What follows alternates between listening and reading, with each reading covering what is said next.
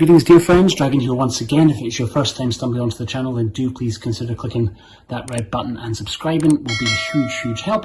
Another New Arrivals video, this is everything that's been in over the last sort of week or 10 days or so since the last time I did a wee New Arrivals video. You'll notice an awful lot less than you have seen over the last couple of months. That's partly because I'm gearing up for the releases that are coming out in the future, and also because it's getting so damn expensive to try and keep up with all the new releases, as I'm sure many of you can relate to. In fact, one of the questions that I get asked most often is how I can afford to buy the releases, the amount that I do. And the answer is not rocket science by any means. I have to sell sometimes way more than I am buying. So for the purposes of explaining, this is my incomings. Let's just take a little look at what the outgoings are just for this weekend.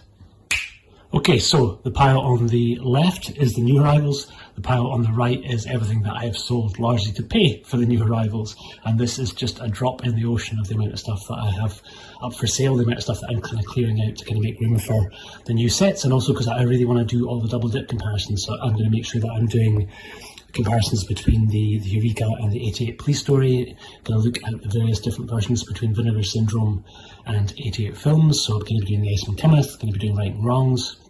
Probably not going to bother with the Arrow Eureka double dips because they're largely the same sets.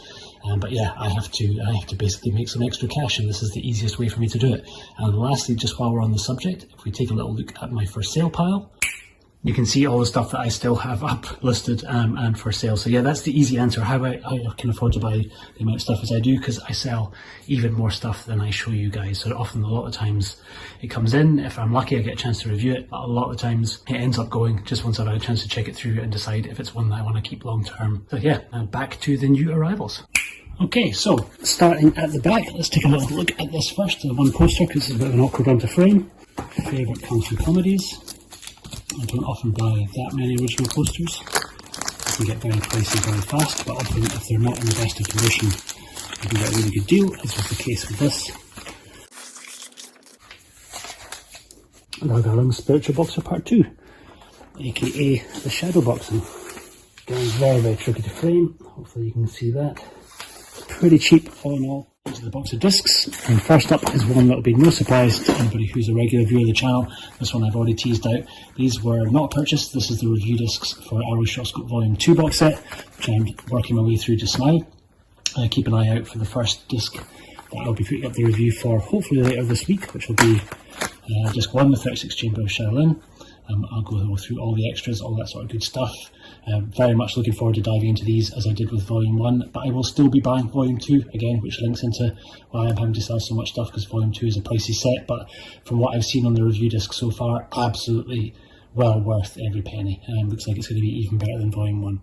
Sticking with Shaw Brothers, and this is a package in from my friends over at Spectrum Films in France, who very kindly sent over their 2 new Shaw's doubles. So this is the Lady Assassin and the Secret Service of the Imperial Court double, and this is What Price, Honesty and Gangmaster, and both of these have got 2 films inside each box.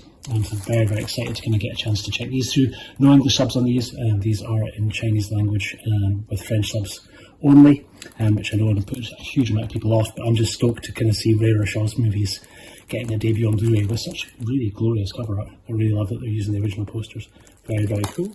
Okay, next up is one from All the Anime through in Glasgow, and they are doing a sale on their website just now.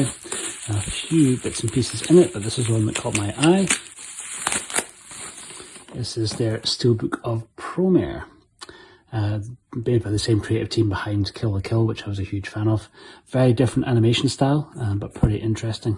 Kind of set in a slightly kind of alternate future with a new race of people who are kind of able to control fire and sort of spontaneously burst into flames at certain points. But yeah, pretty interesting. And the steelbook, I think normally 30 quid, but they're doing a half-priced offer, so you can get it for like $14.99 just now, which is a pretty damn good deal. And then this is just in time for the video. This is the big 88 Films release of this month. This is the deluxe edition of On the Run. I will do a separate unboxing for this very soon. Look for that probably around the same sort of time as this video is going live. And a second hand pickup, and this is one that's been on my radar for a while,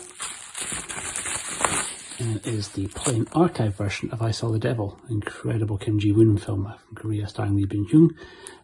I already actually have this on steelbook. I've got the UK steelbook, but this is one of the most painfully markable steelbooks I've ever encountered, where literally you look at this hard, you'll get fingerprints and marks on it. So I'm hoping that the plain archive version will be a little bit more resistant. So this one I'm going to sell, and I'll just keep a hold of this one. There are slightly different extras. In due course I might well do a wee comparison, but the plain archive one traditionally really expensive. It kind of still goes for like a couple £100 if it has its full slipcase around. This one not in the best condition. See a few marks down the side, but it was a good way of getting the book and getting the Korean version with the nicer artwork on it. I think the extras that are on the UK version are actually up online, so for anyone interested I can leave a link down below to kind of see the behind the scenes stuff that's normally on the UK release. But yeah, pretty incredible movie. The booklet is largely all in Korean, but that is fine. I just mostly wanted it for the different art. Yeah, absolutely incredible movie. Next one up, filling out the gaps in my German Shaws collection, and this is one that I didn't actually have on Blu-ray already, but I recently got the poster for. So this is Jula Fists, starring Tate Lung and Ku Fang and David Chang. Pretty cool, and very cheap. And this comes to me from France. It is an old magazine from 1984, the Cahiers du Cinéma, I think from September 1984. Reason I picked this one up, this features quite prominently in some of the special features on the Shawscope Volume 2 box set. You'll see this, there's a little extra that Tony Raines does for Martial Arts of Shaolin, for Shaolin Temple 3, when he references meeting Lau Garung and doing an interview with him around about the time that Lau Garung was going to mainland China to work with Jet Li to make Martial Arts of Shaolin. And he holds up this issue of the magazine and kind of reads from it. Didn't actually appreciate how fluent Tony Raines was in French, but this whole issue is really dedicated to Hong Kong cinema. Some incredible kind of photos running through it, and we'll give Google Translate a wee test to kind of see how well it translates. I do speak some French. I will try my best to kind of go and have a little read through, and my wife's learning French. It's kind of a good thing for us to have in the house. But some incredible images of Hong Kong in the 1980s from behind the scenes at Shaw Brothers. A whole bunch of really interesting articles in it. So we get Oliver Assayas doing several articles in the magazine. I'm assuming this is the same Oliver Assayas who went on to marry Maggie Cheung and direct Irma Vep, though I haven't double checked that yet, but it would make sense. So we get an article on King Hu, again with some great behind the scenes shots and some stills from the movies.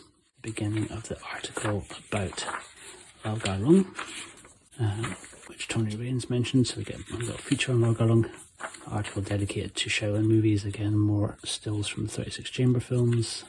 Lily Lee there, White Diagram Pole Fighter, and they kind of move on to the Hoy brothers. You kind of get a wee article on all of Michael Hoy's movies. Back to Shaolin Kung Fu, and we'll kind of focus on the sort of lineage of the Shaolin Temple arts, leading right the way down to Lu Chai Lang, Lau Garung at the bottom. Article on Chang Che, just loads and loads of really interesting stuff, and then kind of a little bit on Bruce Lee, the big boss. Tony Raines' article on Shaw Brothers, pretty damn cool to see. Article about, more behind the scenes article about Run Run Shaw and the history of the Shaw studio. Again, some really excellent images from the studio in the mid-80s. Very cool, and one that I got pretty cheap, and then it moves on to Golden Harvest and Raymond Chow.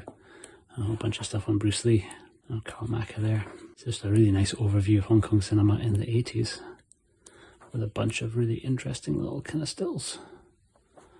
Cool. So yeah, it was a good find. Next one up is a Zavvi exclusive, and this is their steelbook, a re-release I think of David Fincher's Zodiac. Huge David Fincher fan. So this is one I couldn't let go.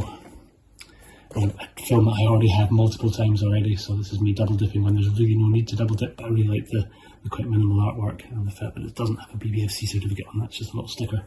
Happy days. And last but by no means least is the release that I suspect most of the people watching this will also be picking up, and this is Eureka's 4K Police Story trilogy, and then their standalone release of Super Cop. Super Cop I will probably get into first because I don't currently have a 4K player. the madness of buying something that I can't actually play, but absolutely loved the cover art by Kung Fu Bob.